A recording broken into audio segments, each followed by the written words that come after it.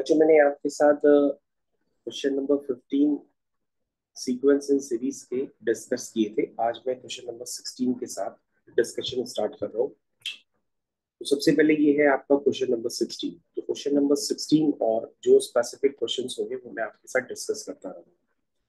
सबसे पहले हम लोग यहाँ पे चर्चा करते हैं क्वेश्चन नंबर 16 के साथ। तो बच्चों ये है आपका क्वेश्चन नंबर 16। ठीक, क्या लिखा हुआ है इसमें? इसमें लिखा है in a geometric progression the sixth term is 8 times the third term and the sum of seventh and eighth term is 192. Then तो बच्चों यहाँ पे काफी कुछ दिया हुआ है, कोई ज्योमेट्रिक प्रोग्रेशन है, उसमें लिखा हुआ है सिक्स टर्म के बारे में, लेकिन हमको ये नहीं पता ना कि इस ज्योमेट्रिक प्रोग्रेशन का फर्स्ट टर्म और कॉमन रेशियो क्या है। तो हम पहले लेट कर लेंगे कि इस ज्योमेट्रिक प्रोग्रेशन का जो फर्स्ट टर्म है वो बच्चों क्या है? ए, और कॉमन रेशियो क्या है? आर। ऐसे ही करते हैं बच्चों, क्योंकि यहाँ तक आपने सीखा था। और उसके बाद जो ज्योमेट्रिक प्रोग्रेशन होती है ए आर स्क्वायर, ऐसी चलती चली जाती है। अब क्या कह रहा है? हमें सिक्स्थ टर्म की जरूरत है। तो बच्चों सिक्स्थ टर्म जो होगा वो ए आर की पावर 5 होगा। उसके बाद थर्ड टर्म की जरूरत है। तो बच्चों थर्ड टर्म तो ऐसे दिख रहा है, वो ए आर स्क्वायर होगा। ठीक है बच्चों। उसके बाद बच्चों सेवेंथ और एट्थ टर्म कह रहा है। तो सेवेंथ टर्म क्या होगा? ए आर की पावर 6 होगा। एट्थ टर्म क्या होगा? ए आर की पावर 7 होगा। ठीक है, सेवन टर्म भी क्लियर है, एट टर्म भी क्लियर है। अब बच्चों क्वेश्चन पढ़ लेते हैं। In a geometric progression the sixth term, देखिए बच्चों, the sixth term is 8 times the third term. Third term is T3। यहाँ तो समझ में आया? ये बन गई इक्वेशन 1। यहाँ पे वैल्यूज पुट कर दो। तो T6 की वैल्यू कितनी है?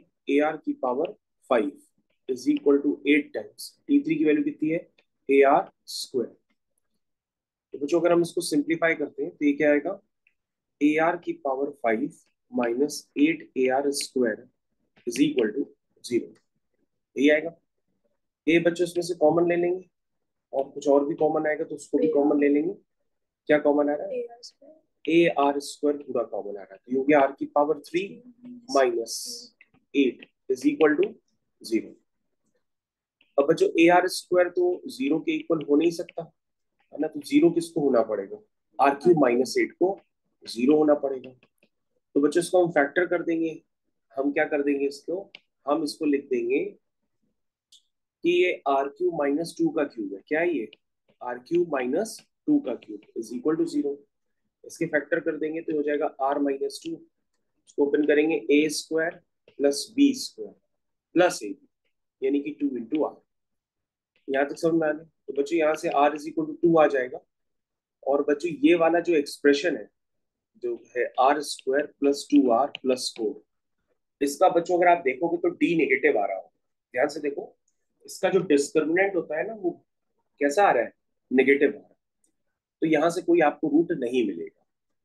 ठीक है ना, क्योंकि ये इक्वल टू 0 नहीं होता है। ये बात समझ लीजिए।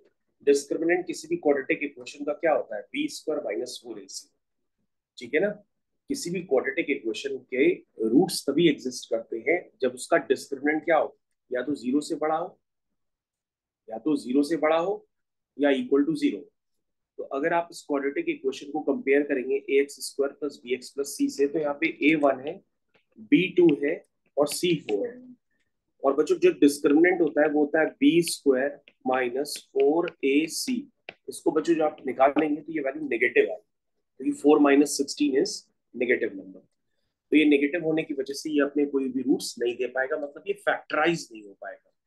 और बच्चों आपको पता होना चाहिए कि कोई भी इक्वेशन फैक्टराइज तभी हो सकती है जब उसका डिस्क्रिमिनेंट या तो 0 से बड़ा हो या डिस्क्रिमिनेंट इक्वल टू 0 हो, तभी हम उसके रूट्स लिख सकते हैं। अदरवाइज हम उसको फैक्टराइज नहीं कर सकते। तो बच्चों यहाँ से सिर्फ और सिर्फ आर की वैल्यू कितनी निकल के आई है? आर की वैल्यू निकल करके आई है 2 निकल के आई है। तो बच्चों आर का 2 आ गया।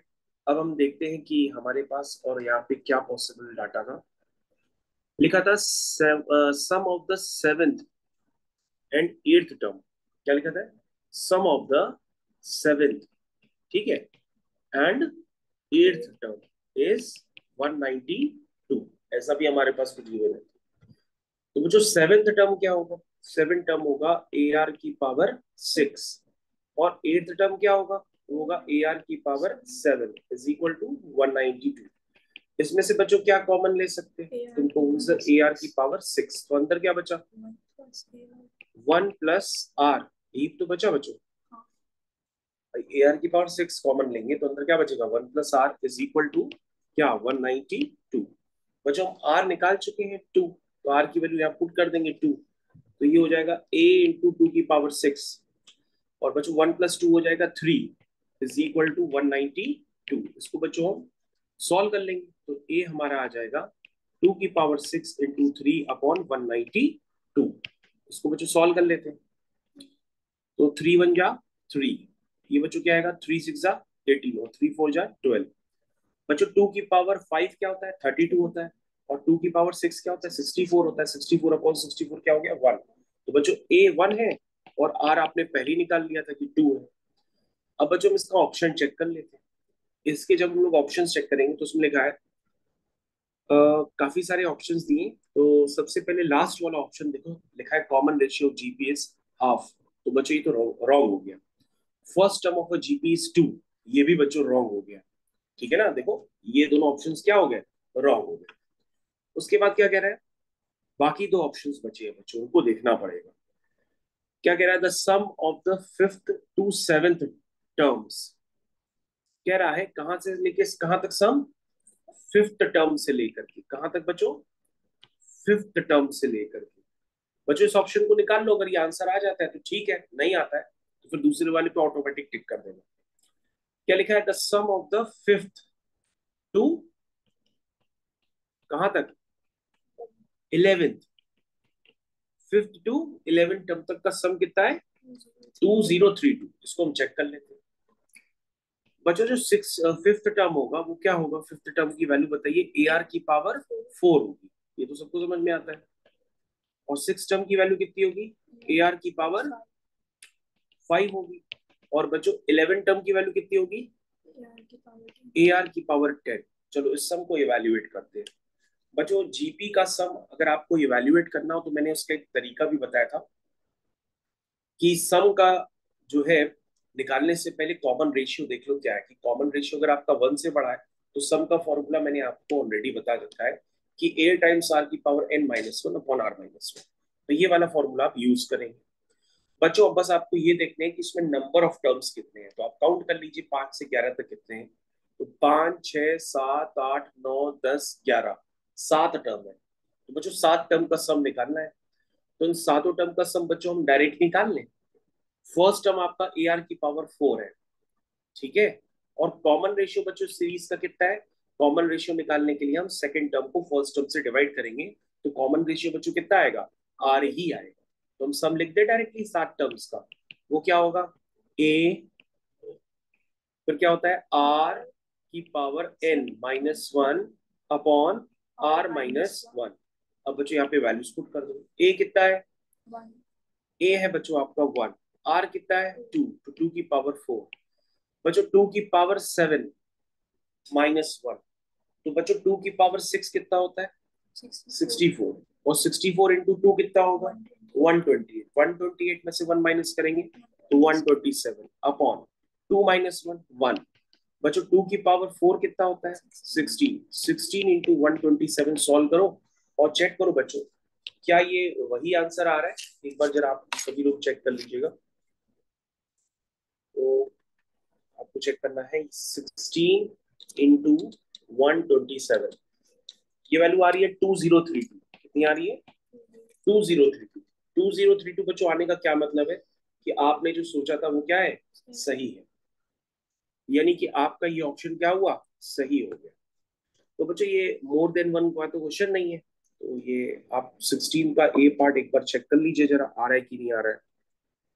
16 क्वेश्चन का ए पार्ट, 16 क्वेश्चन का ए पार्ट, हाँ बच्चों देखो ए पार्ट आंसर इसका मैच करना है, तो मोर देन वन को तो क्वेश्चन है नहीं, मोर देन वन होता है तो स्पेशली लिखा रहता है क्वेश्चन में, तो यहाँ पे लिखा तो है नहीं, तो हम इस क्वेश्चन को क्या कर देंगे, ए पार्ट सही मान करके आगे बढ़ जाएंगे। मेरे ख्याल से 16 क्वेश्चन सबको क्लियर हो गया। ठीक है, उसके बाद बच्चों हम लोग आगे कंटिन्यू करते हैं क्वेश्चन नंबर 17 की तरफ। ये बच्चों आपका हो गया क्वेश्चन नंबर 17। तो क्वेश्चन नंबर 17 बच्चों इसी पेज पे करने की कोशिश करते हैं। ये हो गया आपका क्वेश्चन नंबर 17। तो बच्चों ये एक इनफाइनाइट टर्म्स की जीपी लिखी है, लेकिन आपको जीपी को सोचना पड़ेगा क्योंकि ये दो पार्ट में डिवाइड की गई है। ठीक है, एक तो जीपी बच्चों आपकी ये वाली हो गई, देखिए ये अलग चल रही है जीपी, और बच्चों ये वाली जीपी अलग चल रही है, ध्यान से देख रहे हैं। तो ये दो जीपी में ब्रेक करके आपको करना पड़ेगा। तो सबसे पहले आपके पास एक है 2/5, 2/5 क्यूब, ठीक है, 2/5 की पावर 5, ऐसे करके ये इनफाइनाइट टर्म्स तक है। और बच्चों जो तो आपकी दूसरी जीपी है वो क्या है, 3/5 स्क्वायर, 3/5 की पावर 4, 3/5 की पावर 6, ऐसे करते करते आपकी दूसरी जीपी है। तो बच्चों ये दो जीपी है, ये इनफाइनाइट टर्म्स तक, पहली वाली भी चल रही, दूसरी वाली भी चल रही है। तो बच्चों इनफाइनाइट टर्म्स तक चल रही है, तो इनफाइनाइट टर्म्स तक जीपी अगर चलती है तो उसका कॉमन रेशियो -1 से 1 के बीच में होना चाहिए। मतलब बड़ा नहीं होना चाहिए, नहीं 1 से नहीं -1 से, समझ गए। तो उसको स्टार्ट करते हैं बच्चों। अगर आप ऊपर वाली सीरीज को देखेंगे तो उसका फर्स्ट टर्म क्या है, 2/5, और कॉमन रेशियो क्या है, 1 - r होता है, a/1 - r। तो बच्चों सेकंड टर्म को जब आप फर्स्ट टर्म से डिवाइड करेंगे तो कॉमन रेशियो आ जाएगा 1/5 स्क्वायर, यानी कि 1/25 आएगा। तो बच्चों ये हो गया प्लस। दूसरी वाली सीरीज देखो, उसका फर्स्ट टर्म बच्चों क्या है, 3/5 स्क्वायर, यही तो है। और कॉमन रेशियो बच्चों उसका 1/25 ही रहेगा, तो 1 - r मैंने लिख दिया। इसको बच्चों इवेल्युएट कर लेते हैं।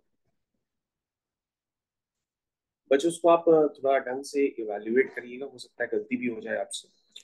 ये हो गया 2/5, ये बच्चों कितना हो गया, 24/25। ये हो गया बच्चों 3/25, और ये कितना हो गया, 24/25। बच्चों उसको इवेल्युएट कर लेते हैं।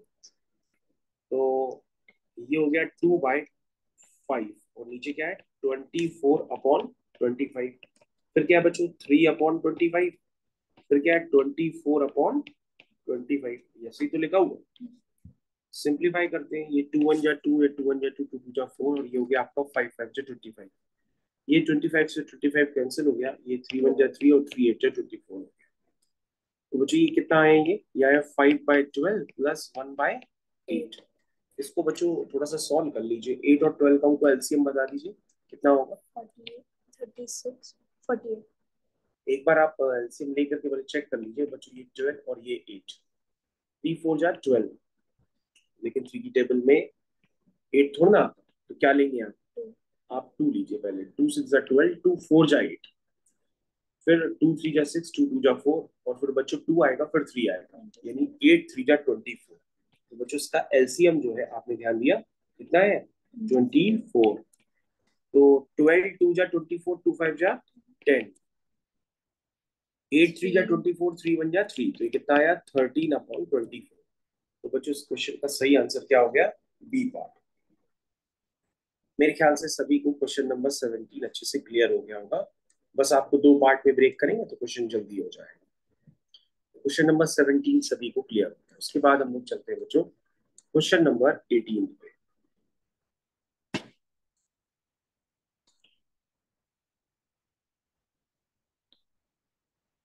तो बच्चों हम लोग मूव कर चुके हैं क्वेश्चन नंबर 18 की तरफ।